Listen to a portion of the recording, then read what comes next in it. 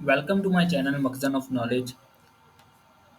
Chemistry 10 class के आज हम पहला चैप्टर पढ़ेंगे केमिकल इक्विलिब्रियम।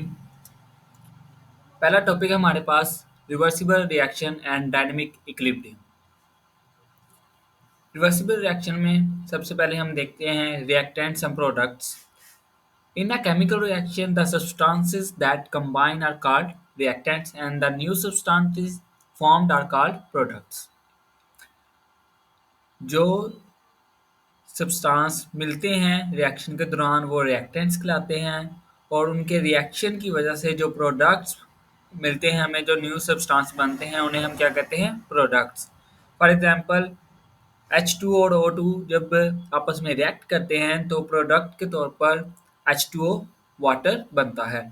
इसमें H2 और O2 रिएक्टेंट्स हैं जबकि प्रोडक्ट क्या है? वाटर। रिवर्सिबल रिएक्शंस की डेफिनेशन अगर हम करें तो reactions in which the products can recombine to form reactants are called reversible reactions. ऐसे रिएक्शंस जिनमें प्रोडक्ट्स रिएक्ट करते हैं टू फॉर्म रिएक्टेंट्स बनाने के लिए। इनकी प्रॉपर्टीज को हम देखते हैं।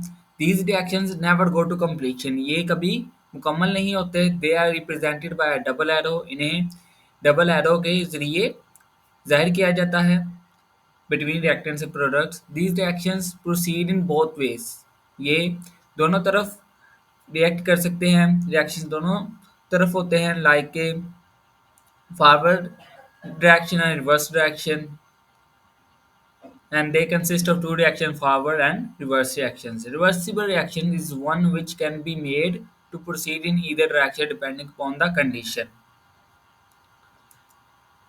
नेक्स्ट हम देखते हैं वो रिएक्शन जो कंप्लीट हो जाते हैं, जो कि रिवर्स नहीं होते दोबारा, जिनमें प्रोडक्ट्स रिएक्टेंट्स नहीं बनाते। Most of the reactions in which the products do not recombine to form reactants are called irreversible reactions. इनकी प्रॉपर्टीज में आता है they are suppose to complete, ये मुकम्मल हो जाते हैं, and are represented by putting a single arrow, इन्हें एक ईद से जाहिर किया जाता है। आगे हम रिवर्सिबल रिएक्शन में एग्जांपल देखते हैं हाइड्रोजन आयोडाइड की। हाइड्रोजन गैस जो है वो बेरंग होती है, आयोडीन पर्पल कलर की होती है, और हाइड्रोजन आयोडाइड जो हमारे पास प्रोडक्ट होगा वो भी बेरंग होता है। जी ऑन तो सबसे पहले हम देखते हैं कि एक बंद फ्लास्क में हम डालते हैं हाइड्रोजन गैस को और आयोडीन को। क्योंकि आयोडीन का कलर पर्पल है, जब ये रिएक्ट करता है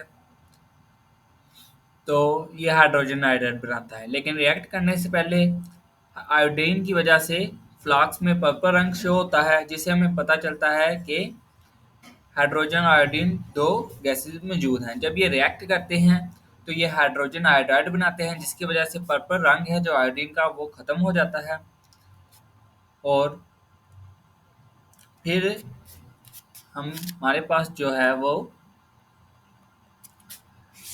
हाइड्रोजन आयोडाइड आ जाता है। सबसे पहले हम देखते हैं on heating hydrogen iodine vapours in a close flask hydrogen iodide is form. Hydrogen iodine के वेपर्स को क्लोज फ्लास्क में जब हम फॉर्म करते हैं तो वो क्या करते हैं? हाइड्रोजन आयोडाइड बना देते हैं। तो जिसके रिजल्ट में क्या होता है, जो आयोडीन का पर्पल कलर होता है वो हल्का हो जाता है बेरंग हाइड्रोजन आयोडाइड बनाने के लिए, जिसकी इक्वेशन क्या है? H2 + I2 to HI। Hydrogen iodide मिलकर क्या बनाते हैं? हाइड्रोजन आयोडाइड, और ये फॉरवर्ड रिएक्शन कहलाता है। और जब हाइड्रोजन आयोडाइड को एक बंद फ्लास्क में रखा जाता है तो वो फिर से डिकम्पोजिशन होती है उसकी, और वो रिएक्टेंट्स H2 और I2 को दोबारा बनाता है, और ये क्या कहलाता है? Reversible reaction. In this case hydrogen iodide act as a reactant. जो हाइड्रोजन आयोडाइड है हमारे पास यहाँ पर, वो क्या करता है? रिएक्टेंट के तौर पर काम करता है, और क्या बनाता है? Hydrogen and iodine vapours. This reaction is the reverse of the above. ये ऊपर वाले रिएक्शन का क्या है? उल्टा है। Therefore it is called a reverse reaction. यहाँ पे आप देख सकते हैं स्क्रीन पर 2HI कलरलेस रिएक्टेंस के तौर पर वर्क कर रहा है और रिएक्शन के बाद क्या बना रहा है H2 और I2, जिससे हाइड्रोजन आयोडाइड का कलर जो है पर्पल वो फिर से जाहिर होता है और हमें पता चलता है कि हाइड्रोजन आयोडाइड से हाइड्रोजन आयोडीन जो है वो फिर से बन गए हैं।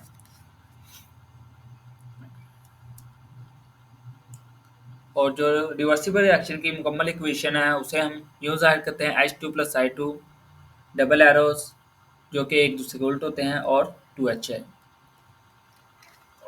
नेक्स्ट हम देखते हैं कैल्शियम ऑक्साइड या यानी कैल्शियम कार्बोनेट की एग्जांपल को, जिसमें क्या होता है कैल्शियम ऑक्साइड और कार्बन डाइऑक्साइड रिएक्ट करते हैं तो कैल्शियम कार्बोनेट बनाते हैं।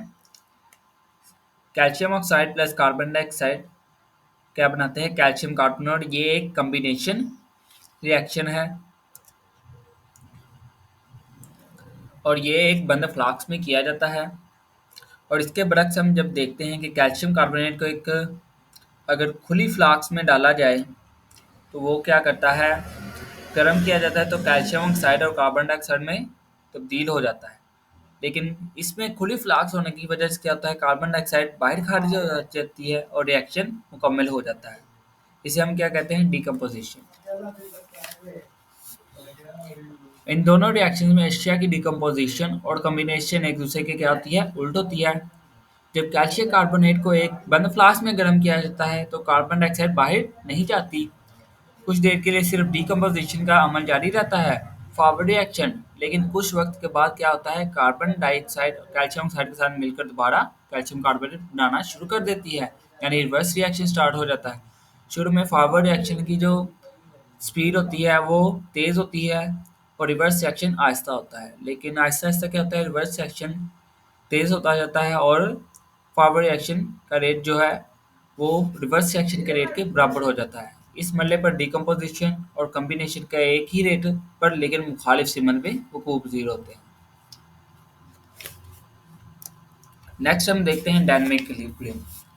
उसमें हम देखते हैं इक्विलिब्रियम क्या है। When the rate of the forward reaction is the same as the rate of reverse reaction the composition of the reaction mixture remains constant, it is called a chemical equilibrium state. जब भी हम equilibrium के बारे में सोचते हैं तो सबसे पहले हमारे जहन में जो ख्याल आता है वो ये होता है तवाज़ुन। लेकिन जो इक्विलिब्रियम की जो डेफिनेशन वो ये है जबकि फॉरवर्ड रिएक्शन और रिवर्स रिएक्शन का रेट बराबर हो जाता है, यानी कि तवाज़ुन में आ जाता है, बैलेंस में आ जाता है और रिएक्शन मिक्सचर के अज़्ज़ा की जो मकदार है वो कांस्टेंट ही रहती है, वो चेंज नहीं होती। तो इसे हम क्या कहते हैं केमिकल इक्विलिब्रियम की हालत है। इसमें दो सूरतें मुमकिन है। पहले जो हमारे पास आती है वो है equilibrium static static equilibrium when reaction ceases to proceed, जब रिएक्शन मजीद आगे नहीं बढ़ रहा होता, it is called static equilibrium. ये अमल ज़्यादातर तभी ज़ाहिर में होता है like this happen mostly in physical phenomena, for example a building remains standing rather than falling down because all the forces acting on it are balanced. This is an example of static. जब हम कोई building को देखते हैं वो एक जगह पर खड़ी रहती है ना कि दोबारा अपने पार्टिकल्स लाइक के ईंट वगैरह जो रे सीमेंट मिट्टी है वगैरह उसमें चेंज नहीं होती, सैंड में सीमेंट में चेंज नहीं होती, बल्कि एक बिल्डिंग ही बनी रहती है। ये क्या है प्रोसेस मुकम्मल हो गया है, सीज हो गया है, रुक जाता है, आगे नहीं बढ़ता और इसे हम क्या कहते हैं स्टैटिक इक्विलिब्रियम। और जो दूसरी हालत है वो है डायनेमिक इक्विलिब्रियम। डायनेमिक इक्विलिब्रियम में क्या होता है when reaction does not stop, reaction जब रुकता नहीं है बल्कि आगे बढ़ता है, जारी रहता है। Only the rates of forward and reverse reaction becomes equal, forward reaction और रिवर्स रिएक्शन का रेट एक दूसरे के बराबर हो जाता है but take place in opposite direction, लेकिन मुखालिफ सिमत में अमल करता है। This is called dynamic equilibrium state. Simply forward reverse reaction का रेट एक दूसरे के बराबर हो जाते हैं और मुखालिफ सिमत में अमल करते हैं। Dynamic means reaction is still continue, dynamic का मतलब ही क्या है रिएक्शन अभी जारी है। और डायनेमिक इक्विलिब्रियम की जो हम जाहिर करते हैं वो state rate of forward reaction equal to rate of reverse reaction. इसमें हम देखते हैं यहाँ पे आपको स्क्रीन पे ग्राफ दिखाई दे रहा है। फॉरवर्ड रिएक्शन यहाँ से शुरू हुआ, आहिस्ता आहिस्ता फॉरवर्ड रिएक्शन की रेट जो है वो कम होता गया और रिवर्स रिएक्शन का जो रेट है वो बढ़ता गया। At equilibrium state, rates of forward reaction and reverse reaction becomes equal. वो एक दूसरे के बराबर आ गए हैं, लेकिन एक दूसरे क्या है, मुखालिफ सिग्नल.